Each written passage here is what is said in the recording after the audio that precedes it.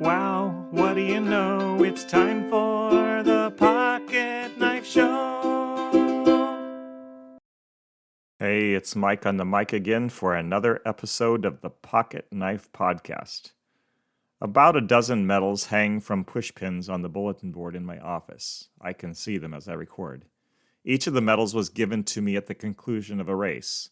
5 after half marathons, 6 after full marathons, 3 after 5Ks, and 1 after an 8-hour endurance event in the Ozarks. I ran 26.2 hilly miles on trails in the woods in 6.5 hours to earn that one.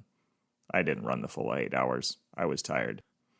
Among my favorite medals are the 2 homemade turkey-themed medals awarded to me for top 3 finishes in my age group in a Thanksgiving morning race, a medal for my completion of the Douglas Island Half Marathon, which I ran in Juneau, Alaska, while on a cruise, and the Pikes Peak Ascent Medal. I'd be lying if I said I didn't appreciate all of them, but these few stand out. One of the half-dozen marathon medals is a fairly recent acquisition. I hung it on the bulletin board in my office just short of a month ago. This heavy reflective medal hangs from a green ribbon and commemorates my participation in the 2023 Salina Crossroads Marathon in Salina, Kansas. I ran this race on Saturday, November 4th, 2023. My goal was to meet the standard for entering the Boston Marathon, no small feat. In order to officially qualify for this world-class event, I'd need to, at the very least, knock out a 3 hours, 35-minute marathon. My best time before this was the 3 hour, 53-minute effort I ran in my second outing as a marathoner. All other official attempts at this daunting distance have been over 4 hours. I ran a virtual race in 3:56 in 2020, but that doesn't count in the world of qualification. Boston requires online posted results run over a legally measured course, and they verify every single entry. There were 33,000 applications this year, and only 20-some thousand got in. I was nervous in the starting chute. I knew I'd trained well, but wasn't sure I could manage the pace I needed. What would happen in the opening miles, in the middle section, toward the end? How would my body respond to the stress of running fast over 26.2 miles? Would I finally get the fueling right and not die out in the final 5 or 6 miles? I'd injured myself pretty severely in the 2021 Garmin race, so that was on my mind as well. My 2023 Salina Crossroads Marathon did not go to plan. The first 11 miles were terrific. I stuck with the 3 hour, 30-minute pacer, no trouble at all. I was averaging under 8-minute pace when 8:10 was all I needed, and I felt great. I climbed the one steep hill on the course with only a slight decrease in speed. Having mastered that, I was certain I would handle it as well as any other runner the second time around. Yes, this was a half-marathon distance loop. Those doing the full ran the circuit twice. About 12 miles in, I dropped behind the 3:30 group a bit. I wasn't terribly worried, though. I still had a decent average going.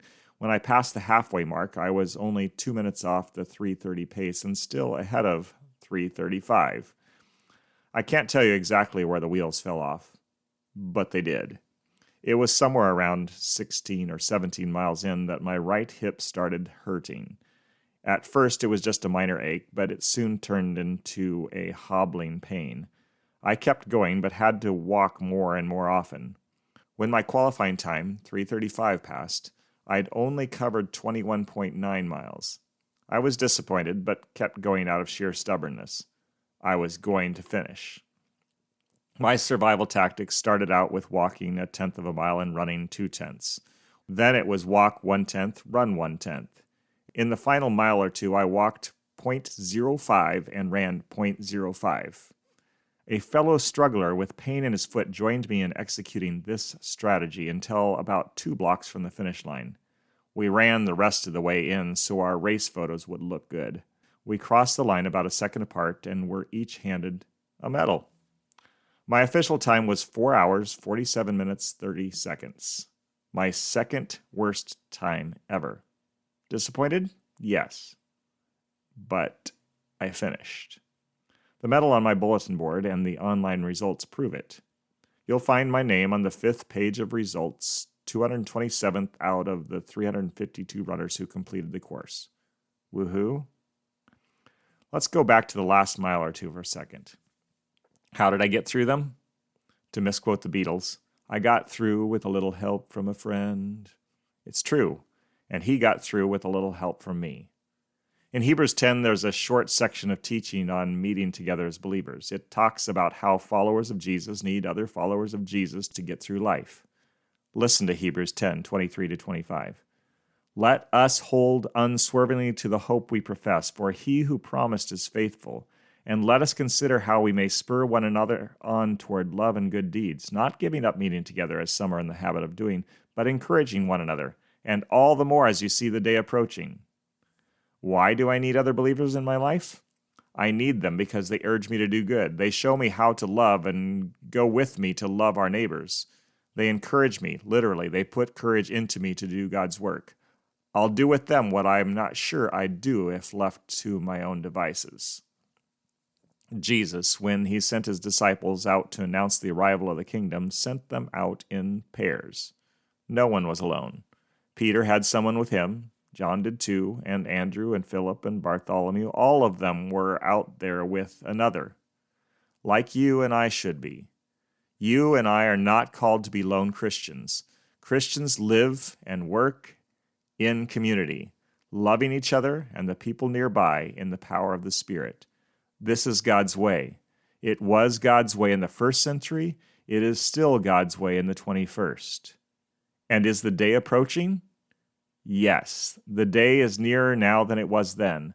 So let us spur one another on toward love and good deeds. Let us encourage each other. The finish line is not that far away. Keep moving. Together. Oh no, it's sad, I know we've come to the end of the show. See you next time.